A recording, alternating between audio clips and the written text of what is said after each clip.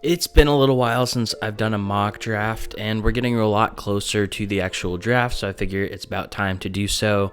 For right now, I'm going to do somewhat of a mix of what I would do and also just kind of keep in mind of what I think is actually going to happen in the real NFL draft. I don't really like trying to just predict what other teams are going to do. It just seems kind of stupid and kind of a waste of time. If you wanted to see that, just go look at general like Peter Schrager mock drafts or whatever on Good Morning Football.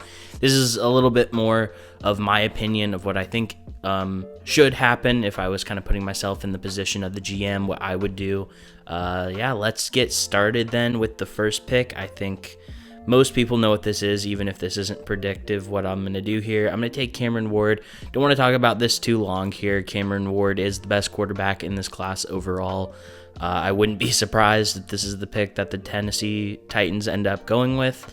And although it isn't the most ideal number one pick of a quarterback in the world, I don't think it's upsetting in any manner. I think this is a guy that could be the Titans quarterback of the future for the long term. So I'd be happy with it, especially after, the offseason they've had and everything, the position that they are going into this next season.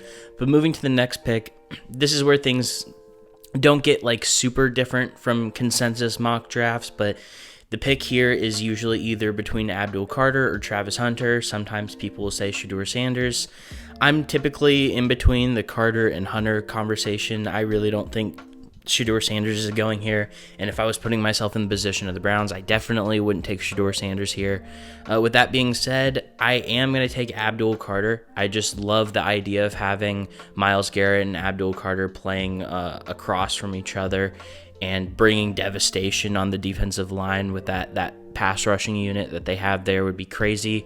I also consider Abdul Carter and Travis Hunter, and maybe even Tedero McMillan to be the top three like blue chip players in this class.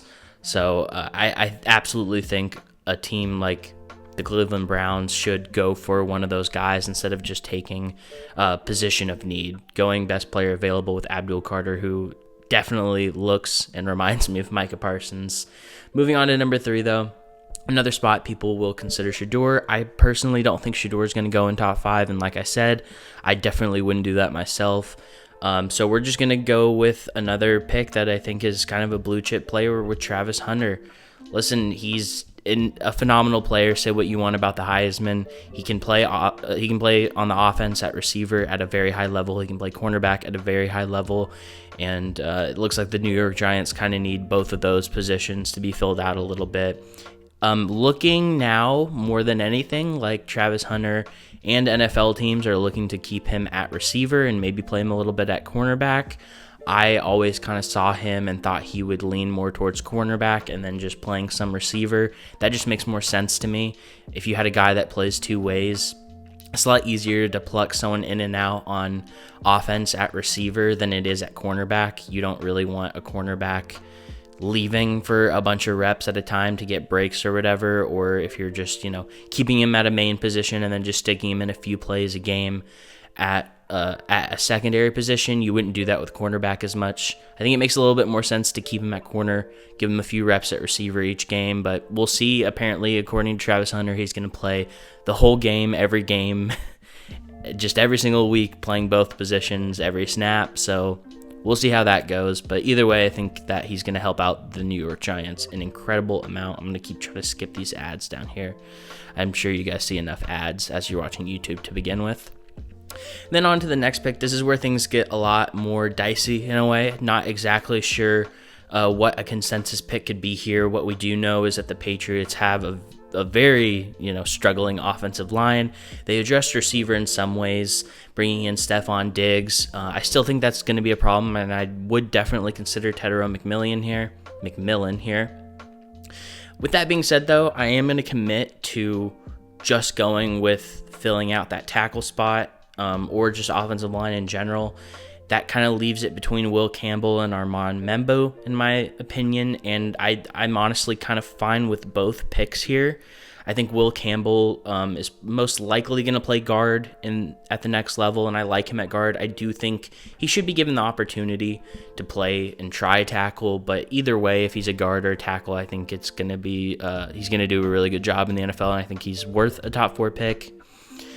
the thing with the Patriots, especially, that kind of makes this a little bit tough is when you look at their offensive line, they've actually really, shaped up the right side of that offensive line, going down from Morgan Moses on the right tackle position to Mike Onwenu, who's been a really good offensive lineman for them for a few years now, and then bringing in Garrett Bradbury to play center. That right side is fine. It's the left side that they need to worry about. Will Campbell definitely has the most experience playing on that left side. Armand Membu would have to switch over to left tackle if that's what he does. So either way, you're getting someone that should hopefully be able to play on the left side. Armand Membu has some experience on the left side, not nearly as much as Will Campbell. I'm still going to take the gamble on Armand Membu, though. I'd prefer having a replacement for Fedarian Lowe at left tackle, someone that is more assuredly a tackle like Armand Membu, who just, presents himself as a tackle through and through at the next level. Will Campbell, there's a chance that won't work out, and yeah, it would be great if he would play left guard for them, but I think that left tackle spot specifically is their biggest hole on the offensive line, probably on their offense in total. So we'll do Armand Membu at tackle for the Patriots with that number 4 pick. And I don't know if I mentioned this earlier, I am open to trading here. I did a couple pre-mock drafts before this, so this isn't exactly off the top of my head, but I don't have anything written down. I just did a couple just to see, what I really liked and what I wanted to do. I didn't do a whole lot of trades during those. We'll see how many trades I want to do here. I'll consider it. It's not off the table, but I don't have anything specific in mind. We'll see how it goes. With that being said, moving on to the Jacksonville Jaguars at number 5. This is a pick I've kind of been stuck on for a while, that, someone I have in mind here. A lot of people go Mason Graham with this pick.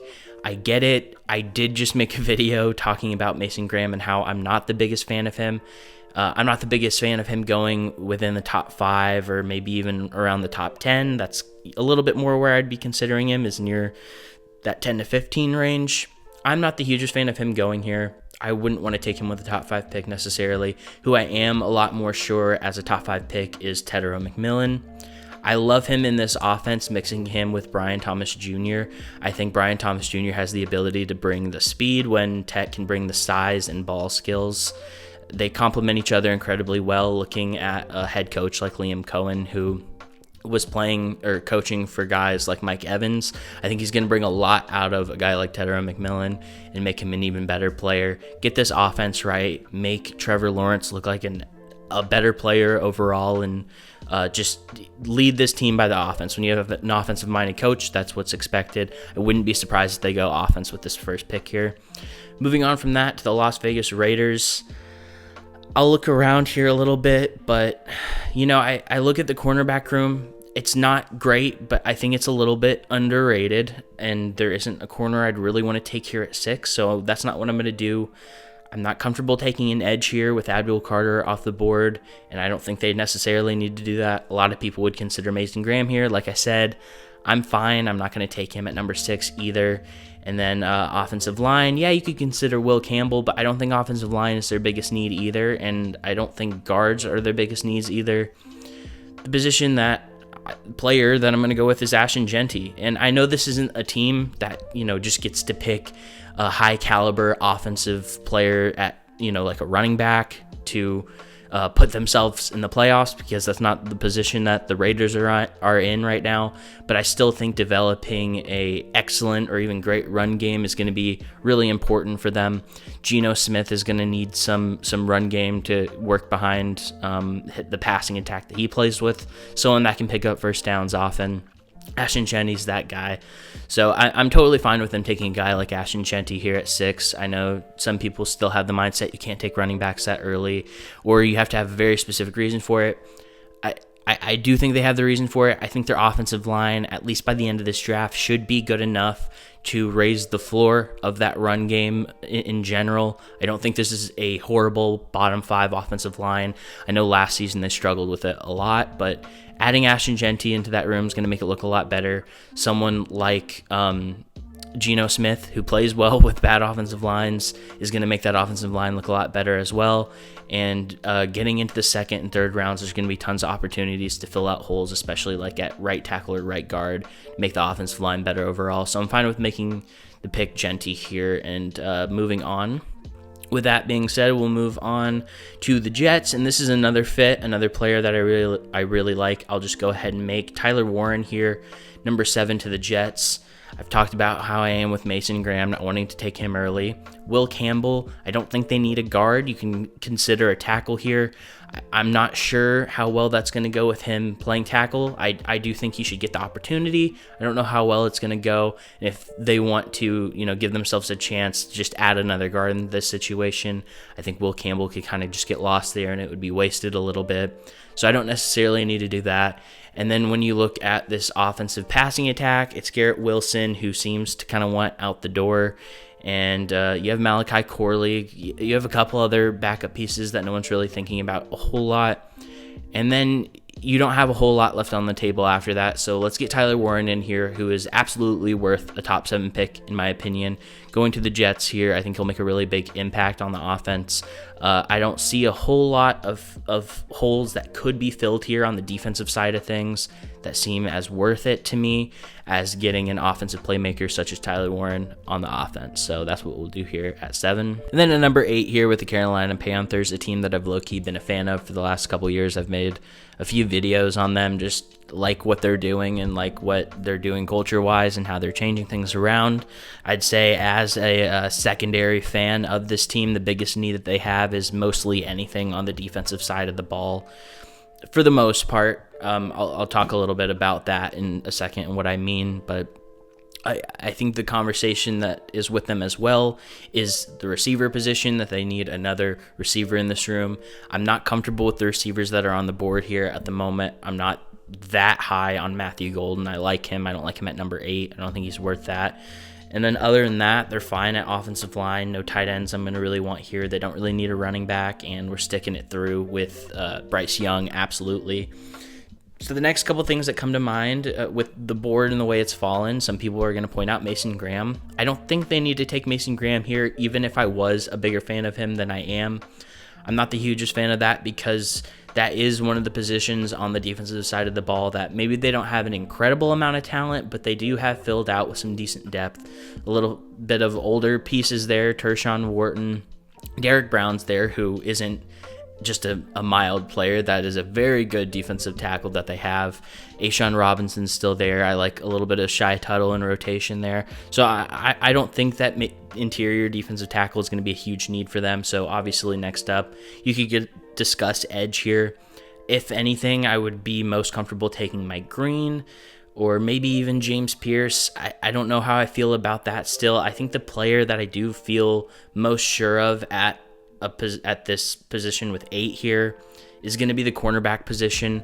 I actually don't really love their cornerback room that much, other than J.C. Horn, who is someone that has had trouble staying healthy throughout his career. And when he's on the field, he's a good to great corner. I don't think he's ever been elite, even though he got elite money. And after that, you have like Michael Jackson and Shao Smith-Wade. Don't love that either. So I'm actually, I would consider trading back here. I don't know who's going to trade up to this spot necessarily, who would want to do that, who's going to jump over who to get who. So instead, I'm just going to take Will Johnson here. It maybe is a little bit earlier than I or other people would like, but I'm a huge fan of Will Johnson. I think people are reading a little bit too much into this last season that he had, which wasn't even that bad. It was a pretty solid year. And before that, the season beforehand, he was like a lock-in, chew-in, top 5 pick. So here at number 8, I'm not the most uncomfortable about it, and I think it really helps out their defense and team overall. That's what we're going to rock with the Carolina Panthers here. Moving on to number 9. What do you do with the Saints? I don't know. They have so many needs, so many issues, and every pick kind of feels wrong because you're thinking about something else that needs to be addressed.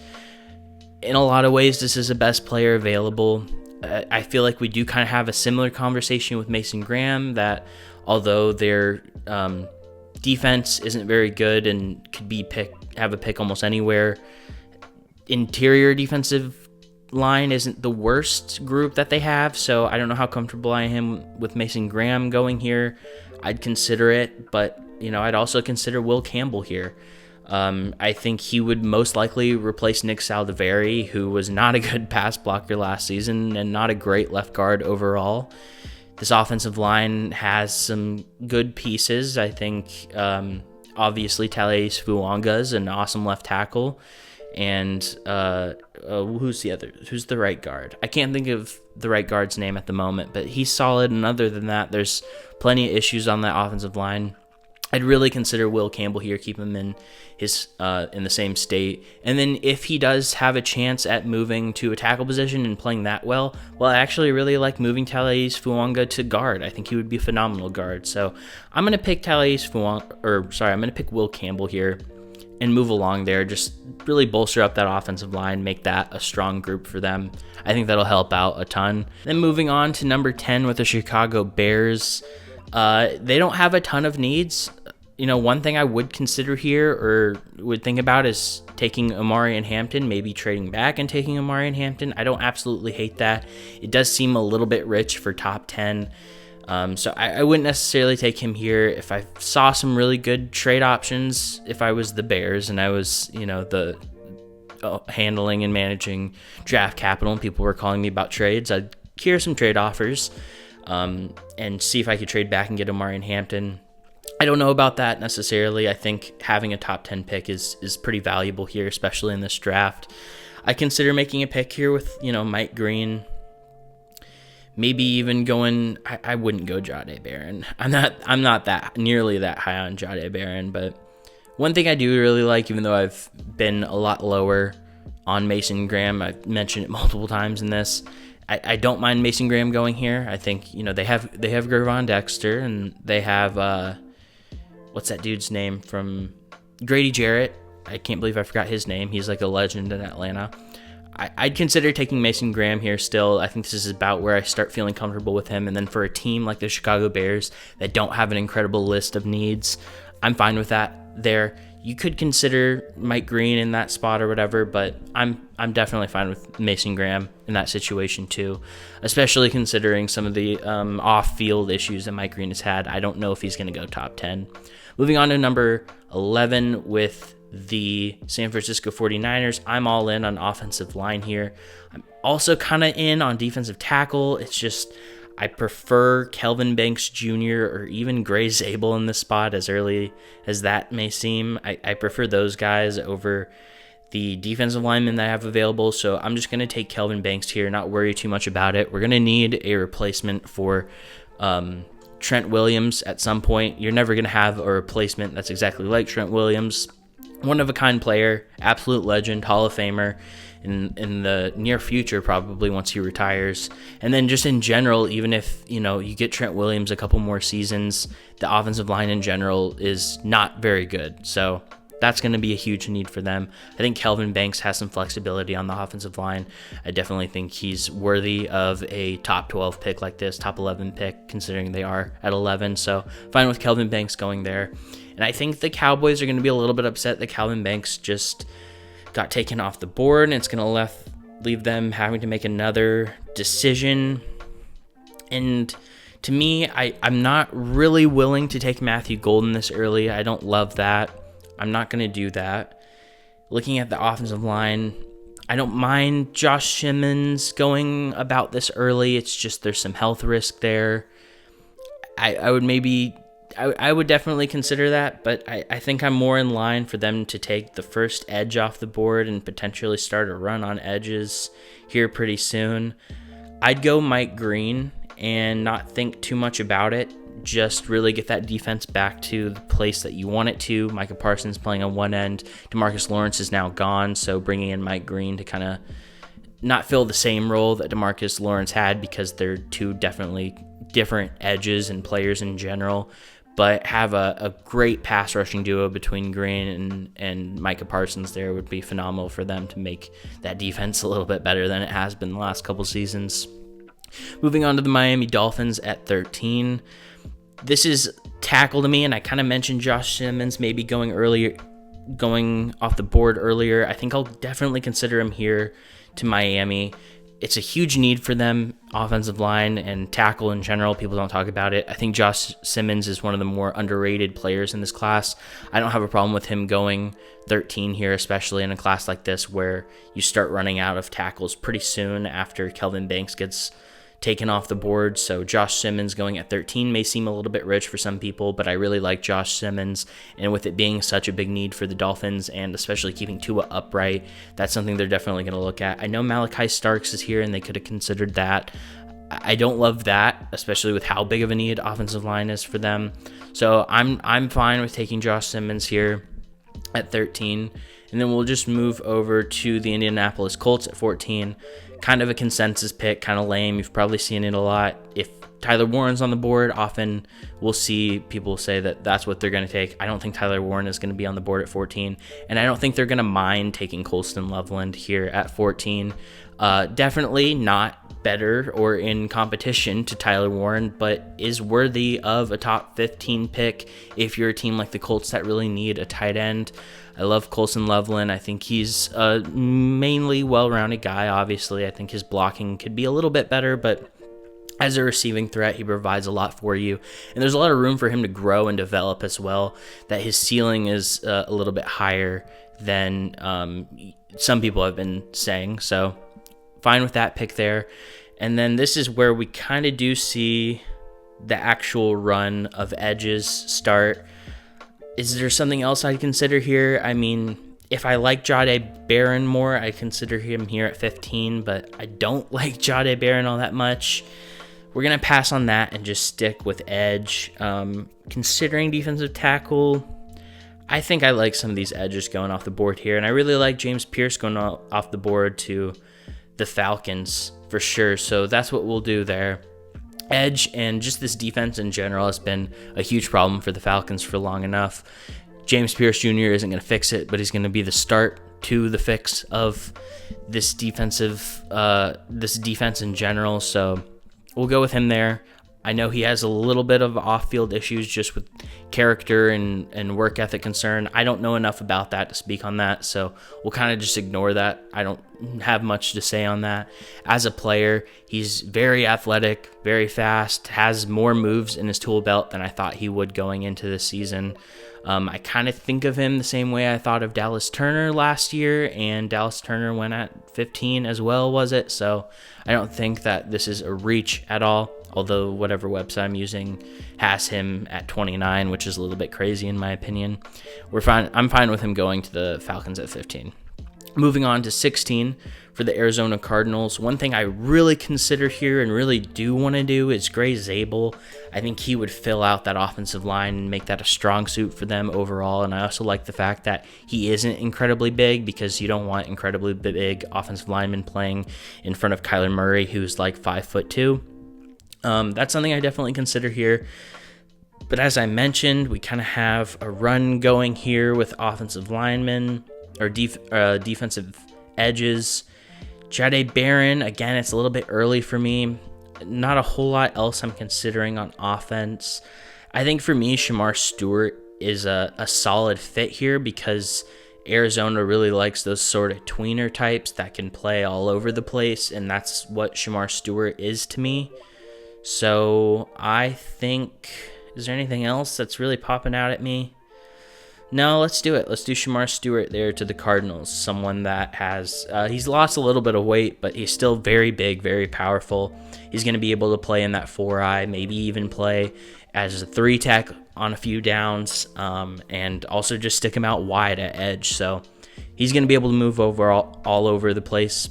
Hopefully you can coach a little bit of some pass coverage into him, because they like doing stuff like that, like dropping those front 4 guys back a little bit into coverage. I think he has the athleticism to do that. Just got to get him mentally there. Moving on to our next pick with the Cincinnati Bengals at 17. I am going to take Gray Zabel here, and I know their defense was a travesty last season, and they have some holes there. I don't think their defensive roster is as bad as people say it is. I think a lot of that was issues with design and just kind of not getting lucky. I actually looked at their defensive roster earlier and was thinking about taking, Kenneth Grant or Walter Nolan, which I don't hate. Maybe even taking an edge with like Mykel Williams or Jalen Walker or Ezraku or whatever. Considering cornerback, I don't love a lot of those picks, especially because they do have some guys there. Now, if they don't get a deal done with Trey Hendrickson, that's going to make this a little bit tougher not going defense, but overall, getting a guard that's going to make this offensive line a respectable offensive line in the NFL is going to be important for Joe Burrow and keeping him upright. I think his whole career he's been dealing with offensive line struggles, so getting that fixed, or a start to a fix with Gray Zabel is going to be important.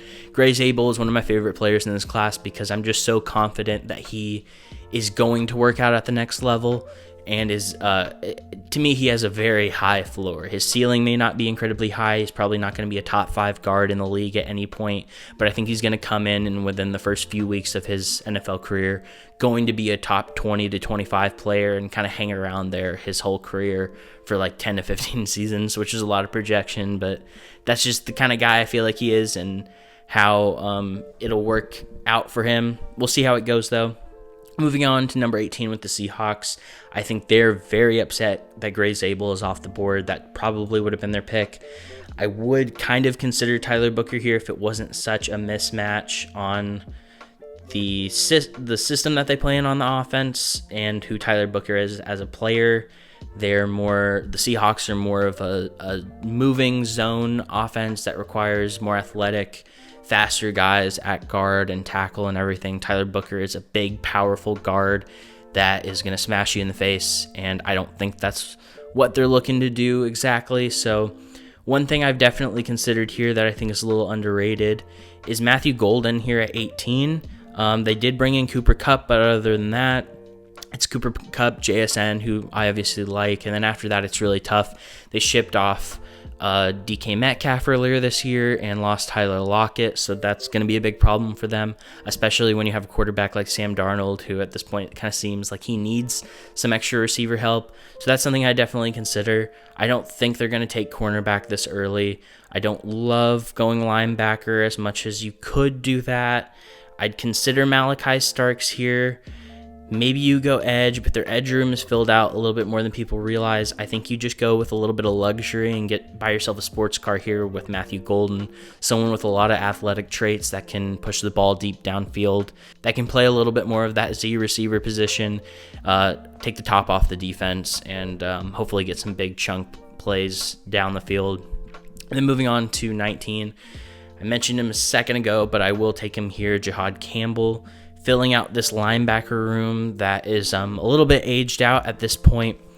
Jihad Campbell, a linebacker going in the first round is avoided over the last few years. I think Jihad Campbell is a very good linebacker that is worthy of going in the first round. And also for its system and a team like this that the Buccaneers have, it just makes a ton of sense. He has that pass rushing tool belt. He has the ability to get down on the edge and play a little bit of defensive end and rush the passer that way. He can blitz, but more importantly, he has really good eyes and feels the field very well and what players are doing. He has good instincts. He's a great tackler, so I love Jihad Campbell going here, even if he doesn't play that incredible versatile role of rolling down more often to the edge and he's just allocated to playing linebacker. I think he's going to do a really good job of that, and who better to teach him than the guys that the Buccaneers have at the linebacker position. And then here at 20, a lot of different sort of decisions to make. This was a team I used to say was looking at tight end with the tight ends off the board. That doesn't make sense. And they also did pick up Evan Engram in free agency this year, or maybe it was via trade, I don't remember, but that's filled out a little bit. I like their offensive line. I'd consider defensive tackle here as well. The other thing you could consider is going receiver still.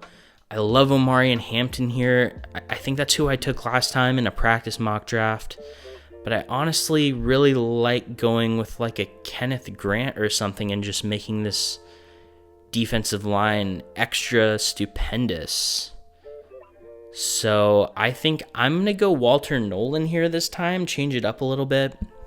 I think Walter Nolan is 100% worthy of going with a top 20 pick in the NFL draft. I made a video on him if you want to check that out, but I think he's great. And the Broncos, one of the reasons I think this is a good pick is they have a lot of decisions to make on the defensive line in general by the end of this next season. I think having a guy like Walter Nolan come in is going to help with a lot of money situations, and I think he's going to be a fantastic player, especially in this scheme and in this system, and it's really going to help them out. So that's what we'll do there. And then the next pick I'm going to make, I maybe gave a little bit of Shedeur slander earlier, but I do think he is worth going in the first round. That's where I'll take him here, 21st. I know the Steeler fans might be upset by this. This isn't exactly the guy they want. Well, what other option do you have at this point? Aaron Rodgers? God, I hope not. I mean, I'm a Ravens fan, so I kind of do hope so, and that he just completely blows that whole organization up. But yeah, I'd much rather have Shedeur Sanders come in as a rookie, taken with the 21st pick, than bring in Aaron Rodgers, even as an interview. So that's just my opinion. I have a first-round grade on Shedeur Sanders. I think he's worth it. As much as I don't believe that he's a top 5 pick or should go that early with, the Browns or the New York Giants, I'm fine with him going here at 21 and trying to build off of that momentum that they have there. Next up, though, with the Chargers, I think another one of those kind of automatic one for me. Kenneth Grant going here really helps out this defensive line and helps out this defense in general. They need a big run-stopping, two-gapping defensive tackle to play for them in that one tech near the center, and that's exactly what Kenneth Grant does. They really need just any help they can get to stop the run in general. That was one of their biggest issues last season. That's exactly what Kenneth Grant is going to be able to do. And then on to the Packers at 23. A few different options here. I'd consider receiver. The problem is I don't love the dynamics here, and we all kind of know that one of the problems with the Packers is they have a bunch of number 2 to 3 receivers, and it kind of feels like they're just anyone they take here is similar to that.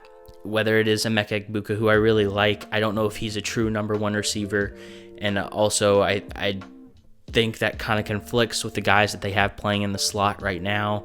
Luther Burden, I don't know if he's ever going to be a number 1 receiver either, so it kind of feels like he could get lost in the mix a good bit. So the next thing I'd consider here is Jahdae Barron, someone I said that I wasn't nearly as high on as other people.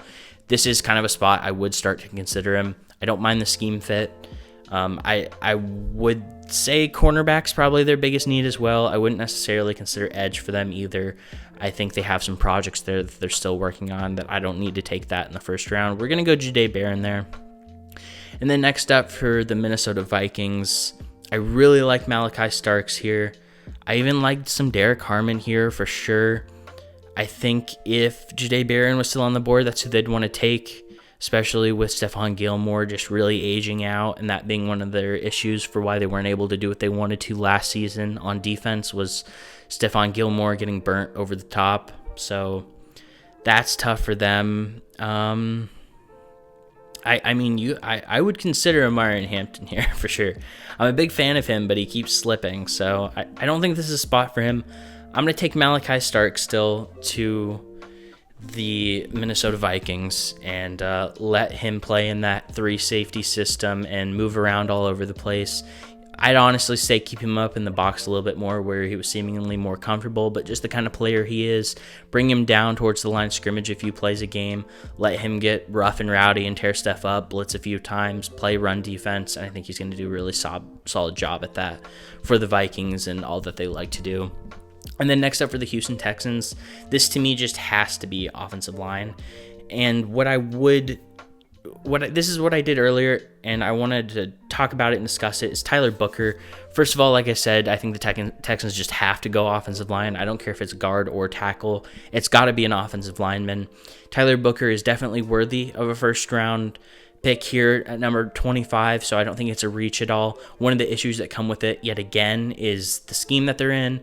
The new offensive coordinator, whose name is slipping my mind right now, comes from more of a Shanahan wide zone system.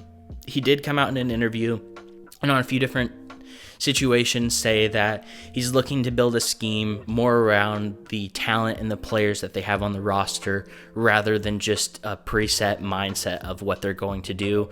And when you look at the offensive line that the Texans have, it isn't necessarily built for that movable wide zone scheme anyways. So I think they are just going to kind of build things closer to being able to use some of their powerful offensive linemen that they have, as few offensive linemen as they do have that are worth starting. And Tyler Booker is someone that's going to really help bring just some talent into that room in general. With Joe Mixon able to run behind him, I think you're bringing a lot of power and some hope to that offensive run game. So I don't hate that pick at all. Then on to the Rams at 26. I really like Jalen Walker here, and I've made that pick a few times over the course of the last few weeks. I just want to kind of move around and see if I'm missing anything. I'd consider Josh Conerly here.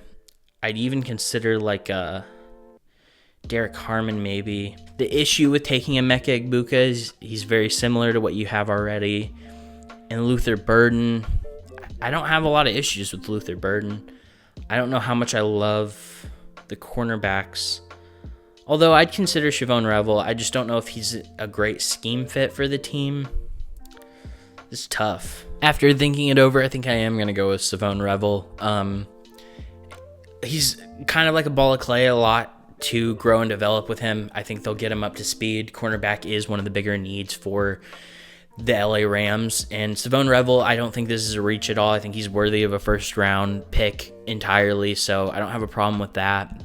And then he overall is just a very athletic player that you're going to be able to do a lot with. So even if he isn't a perfect scheme fit, I think you'll get him up to speed and he'll be able to fit in that spot a lot better and play some good football for them.